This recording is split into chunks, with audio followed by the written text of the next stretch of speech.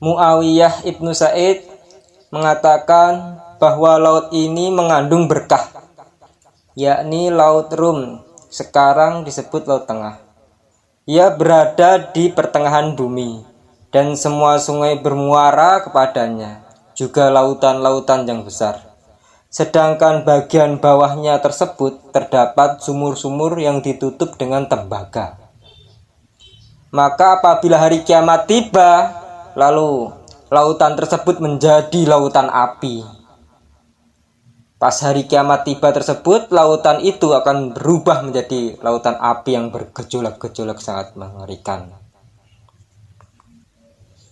Bahwasanya Imam Ad-Dhahhak mengatakan pula bahwasanya laut samudra tersebut akan diubah menjadi ledakan-ledakan dahsyat.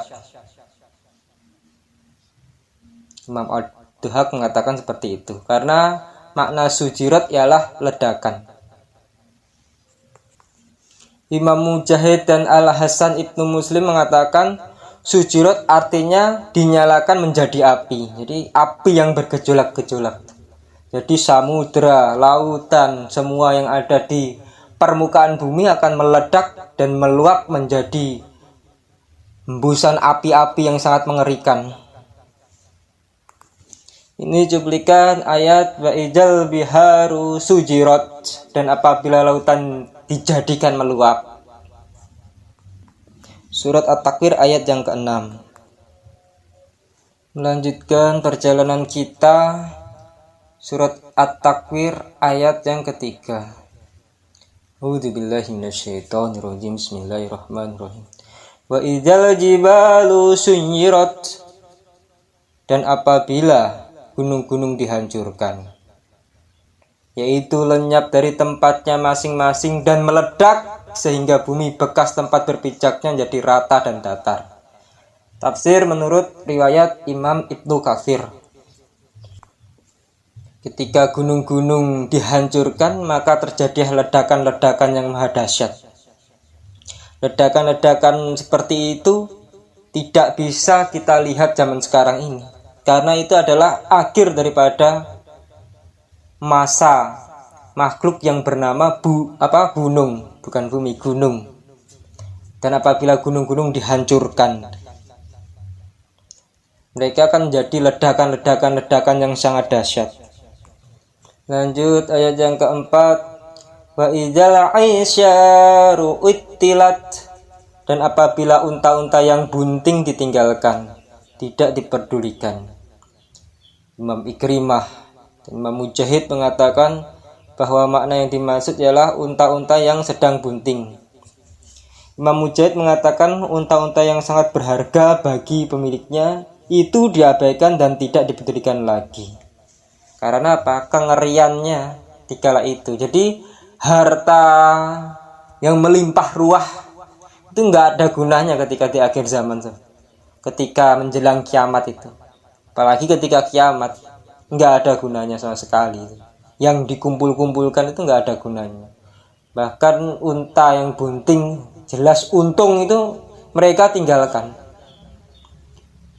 Imam Ubay ibnu Ka'b dan Imam Ad-Dhahhak mengatakan bahwa para pemiliknya mengabaikannya. Imam Arabi ibnu Khaisam mengatakan bahwa unta-unta itu tidak diperah air susunya, melainkan dibiarkan dan diacuhkan oleh para pemiliknya. Imam Ad-Dhahhak mengatakan unta-unta itu dibiarkan tanpa ada yang mengembala. Makna yang dimaksud dari semua pendapat di atas berdekatan semuanya. Semua pendapat ini dikemukakan oleh Imam Abdullah Al-Qurtubi di dalam kitabnya yang berjudul Al-Tazkirah. Kemudian dia menguatkan pendapat yang mengatakan bahwa makna yang dimaksud ialah unta-unta yang sedang bunting. Imam Qurtubi menisbatkannya kepada kebanyakan ulama-ulama sebelum Imam Qurtubi. Lanjut tafsir ayat yang kelima.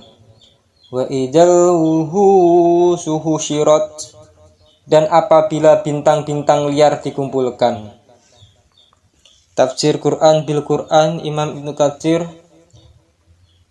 Wa ma min dabbatin fil ardi wala ta'irin yatiru bi janahihi illa umamun amsalukum ma faratna fil kitabi min syai'in summa ila rabbihim yuhsyarun.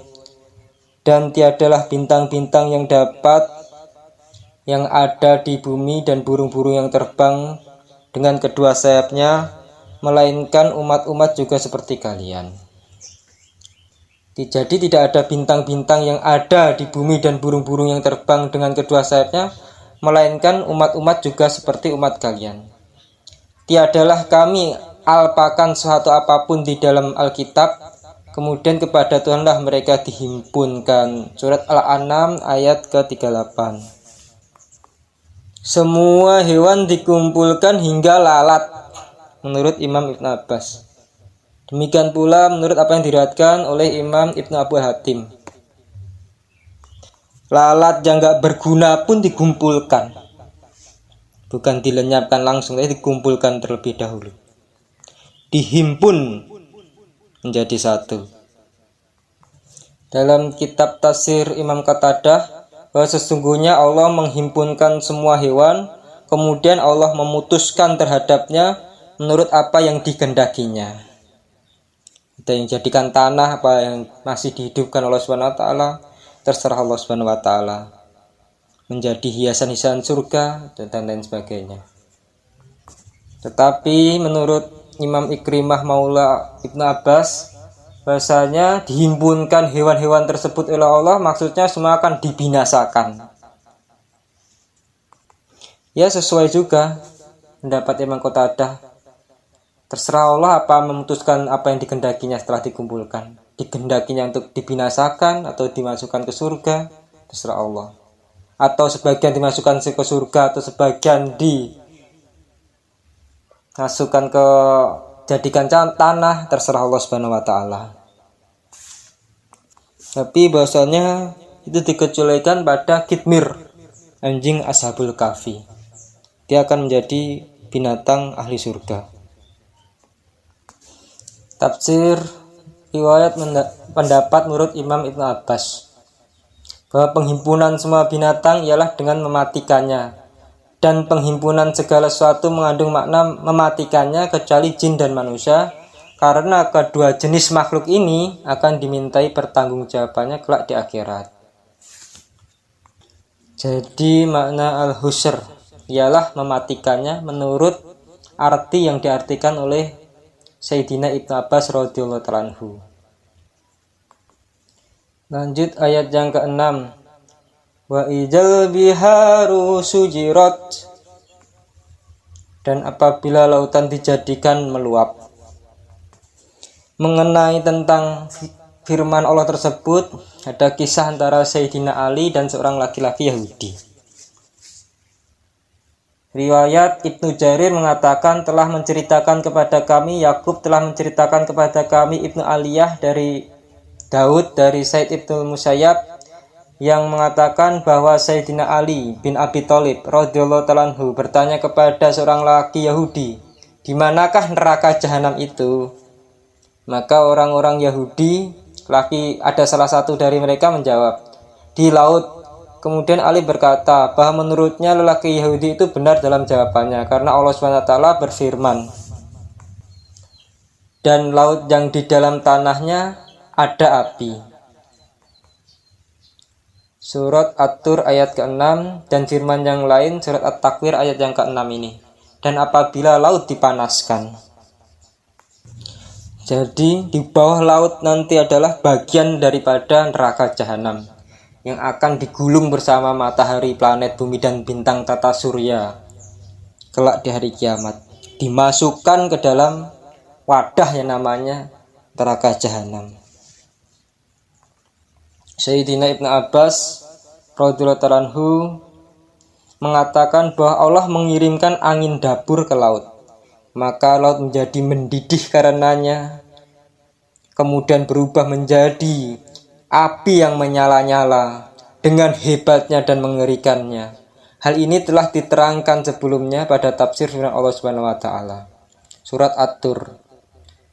Ibnu Abu Hatim mengatakan telah menceritakan kepada kami Ali Ibnul Husain, Ibnul Junaid telah menceritakan kepada kami Abu Thahir telah menceritakan kepadaku Abdul Jabbar Ibnu Sulaiman alias Abu Sulaiman An-Nafat seorang syekh yang mirip dengan Malik Ibn Anas dari Muawiyah. Ibnu Sa'id mengatakan bahwa laut ini mengandung berkah, yakni Laut Rum, sekarang Laut Tengah. Ia berada di pertengahan bumi dan semua sungai bermuara kepadanya. Juga lautan-lautan yang besar, sedangkan bagian bawahnya terdapat sumur-sumur yang ditutup dengan tembaga. Maka apabila hari kiamat tiba, laut itu menjadi lautan api semua. Samudra menjadi lautan api. Samudra menjadi lautan api, laut-laut pun menjadi api. Yang kita lihat sekarang air, suatu saat nanti akan menjadi api semua. Akan tetapi, asar ini adalah gharib bagi aneh. Di dalam Sunan Abu Daud disebutkan, tidaklah laut ditempuh kecuali orang-orang yang pergi berhaji atau umroh atau berperang. Dan sesungguhnya di bawah laut terdapat api, kata Sunan Abu Daud, Imam Abu Daud, Imamul Hadis. Dan di bawah api terdapat laut lainnya, hingga akhir hadis yang pembahasan telah dikemukakan dalam tafsir surat Al-Fatir. Imam Mujahid, Imam Hasan, Imam Muslim mengatakan Sujurat dinyalakan jadi api. Imam Al-Hasan mengatakan bahwa makna yang dimaksud adalah dikeringkan atau menjadi kering. Laut itu kering. Imam Ad-Dahak mengatakan pula bahwa makna sujurat ialah diledakkan. Imam Arabi Ibnu Qaisi mengatakan bahwa makna sujurat adalah diluapkan. Imam Ad-Dahak dan Imam Qatadah mengatakan bahwa airnya menjadi surut lalu lenyap hingga tiada setetes air pun yang tersisa padanya. Jadi keadaan laut itu seperti itu, akan dinyalakan sebagaimana api-api yang menyala-nyala. Terus laut tersebut yang kita lihat seakan-akan sangat indah dan dipenuhi air, itu akan menguap karena saking panasnya sumur-sumur api yang di dalam bawahnya, yaitu gunung-gunung berapi yang ada di dalam bawah, dan akan menjadi lautan api yang sangat mencekam dan mengerikan di kala itu. Dan mudah-mudahan kita tidak melihat samudra api di akhir zaman nanti. Naudzubillah min dzalik, summa naudzubillah.